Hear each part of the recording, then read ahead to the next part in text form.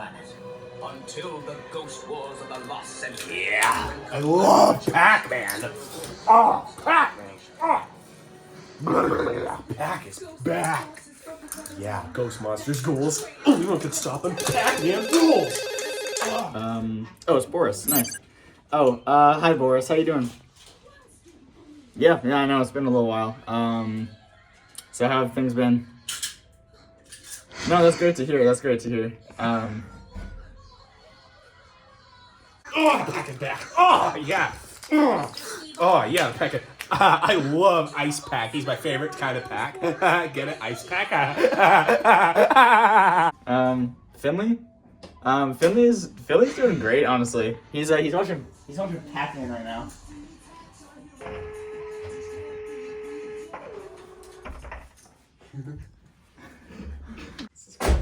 Guys, you won't fucking believe this. What? Pac is back, and he's taking a shit in the bathroom dorm. No way. Yes way.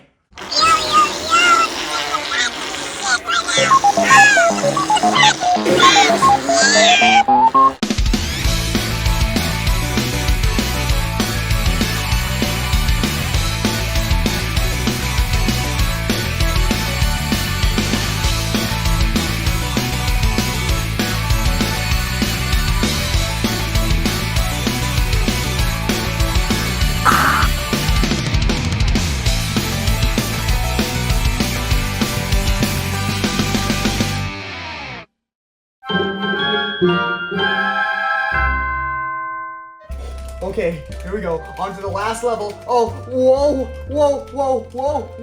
Ah, I died. You know, video games are everything to me. I mean, can you tell? How you doing, fellas? Mikey here, and welcome back to Mikey's Reviews, where I review and tell you my thoughts. So you guys remember when the Pac was back? What do you mean he never left? Yeah, we're gonna talk about Pac-Man's failed attempt at a reboot again. Pac-Man and the Ghostly Adventures was an animated TV show that was made as a soft reboot to the Pac-Man series. When it was released, the general audience thought it was alright, but longtime Pac-Man fans thought otherwise. Pac-Man just gives me this feeling of giddiness, like there's all these tingles running up and down my nipples. Though during its time on the spotlight, it got a couple of merchandise and video games. I've talked about the first game and thought it was alright, but in 2014 it was announced that not only did the show get a second season, but in today's case, we got ourselves a sequel. Pac-Man and the Ghostly Adventures 2. Alright, let's pop this sucker in and see what we're looking at today. Is this game good or does it suck ass? Let's find out. Let's talk about the plot of the game real quickly. Now, unlike the first game where the plot has about as much substance as an SS Sniper Wolf video, this game actually has a plot.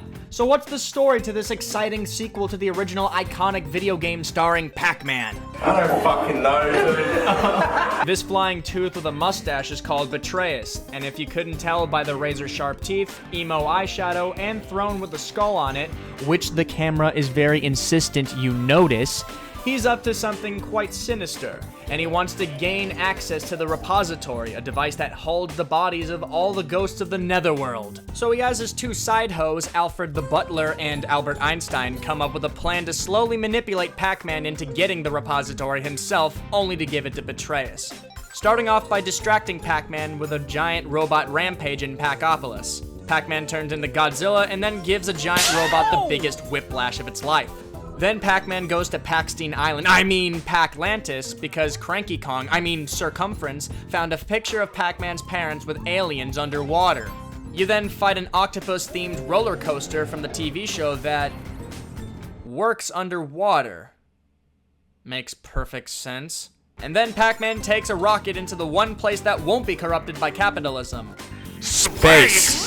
He then fights an alien named Apex, and then Betrayus starts to bargain with Pac-Man to get the repository with the promise of giving Pac his parents.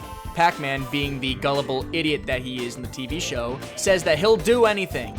Then he goes back in time to the Stone Ages because the repository was moved there. Then he turns into Donkey Kong and he beats the shit out of a dinosaur, and only to see Beavis and Butthead bring the repository to Betrayus. So then Pac-Man goes to the Nether to retrieve the repository himself. Betrayus thinks that he double-crossed Pac-Man, but the repository turned out to be the subscribe button? Nah, it's a dud. So then you fight him one last time in a ping-pong looking setup. What? The day is pretty much saved after that, and Circumference informs everybody that the real repository is hidden somewhere else, and somewhere really hidden, so that the ghosts will never get their grubby little hands on it. Is what I would be saying if he didn't have his episode of dementia that same day, because he forgot where the damn thing is. Pac and friends laugh it up, and the game ends. This story sucks ass. The gameplay and the graphics look identical to the first game, and honestly, that is not necessarily flattering. I hate to compare it to a masterpiece, but it's the only thing I can think of.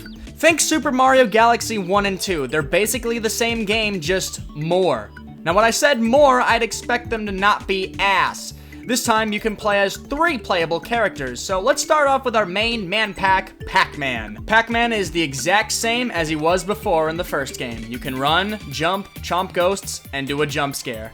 Jesus Christ, not again! So this game basically improves what the first game couldn't. So what were my problems that I had with the first game? As much as the core gameplay itself is alright, I gotta say that the camera is the most atrocious thing I've ever seen in this game. While I was recording for footage, I stumbled on this issue a lot. I die all the time because of the camera obstructing my view. Or just times when the camera just locks up.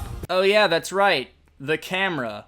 I hated the camera in the first game. It's fixed! And by fixed, I mean you can't even move it. In fact, a lot of the annoying crap I've had with the first game has been improved. Pac-Man's eating move is a lot more quicker and has more range, so getting a ghost combo down is actually pretty satisfying. The power berries are also improved too. You still got Ice Pack, Fire Pack, Metal Pack, Rubber Pack, Chameleon Pack, and Granite Pack, though we did have to sacrifice Spin Pack and Balloon Pack. You shall be missed. But it's fun now! Some of the most notable examples being Ice Pack. When you use his freezing ability, you can actually move him instead of just stopping dead in your tracks like in the first game. Fire Pack has a gliding ability now, and Chameleon Pack doesn't feel like absolute dog shit. First off, his tongue attack does not replace the normal chomping ability, and the tongue actually hits the enemies you're trying to eat. And furthermore, you don't lose your power-ups when you get hit. Instead, you use the right bumper to lose your power-up yourself. If you so choose, of course. And with these improvements also comes some new power-ups. In replacement of Spin Pack and Balloon Pack, we've got Packzilla and Pack Kong. These are also only one-shot power-ups. You only get to use them in one stage. The Packzilla power-up is used in the giant robot boss fight, and the Pack Kong power-up is used in the Pachysaurus Rex boss fight. Pack Kong is mildly fun, while Packzilla feels like a fucking tank to control. Moving on, let's talk about the new playable characters of this game, Cylindria and Spiral. They both play exactly the same, so I'll clump them together here. And they suck. It's like Star Fox, but it's really boring. You just move around the screen and shoot ghosts. They're mindlessly easy, yet really slow moving. They're only here to pad out the game time. I don't remember anything from these levels, that's how forgettable they are. Also at the same time, this game is very, very easy. It feeds you a mukbang worth of extra lives, and by the end of the game when I started dying a bit more, I was at 98 lives. Christ almighty, at that point, why even have a life system? The game also just feels like it drags on a lot more. Despite it being roughly the same length as the first game, it's too repetitive and it's too easy. It just feels like a better version of the first game that reuses most of its assets. Speaking of reused assets, the music. It's still the same reused tracks from Pac-Man Party and Pac-Man Championship, and some tracks from the TV show. Pretty disappointing.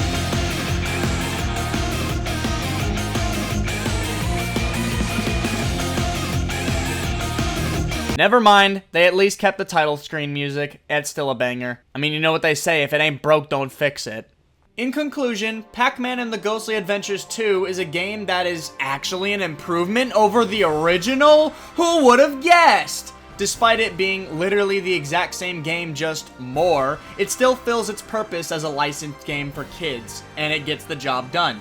Just don't tell anybody about Pac-Man World, you know, that game is still awesome. I'm not going to even bother with the 3DS port because it's the exact same game. The reason why I even did Pac-Man and the Ghostly Adventures on 3DS for the first game was because that game was completely different from its console counterpart. This is literally the exact same thing. It's just a caveman's port of the game.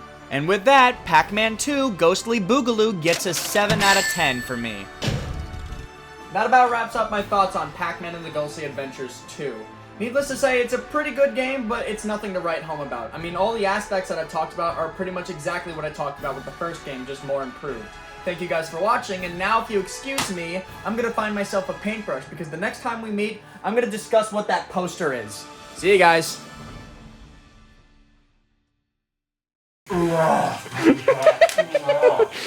This is fucking nuts. These kids are knucking butts. Aw, damn it! Yeah, the pack is back. Oh!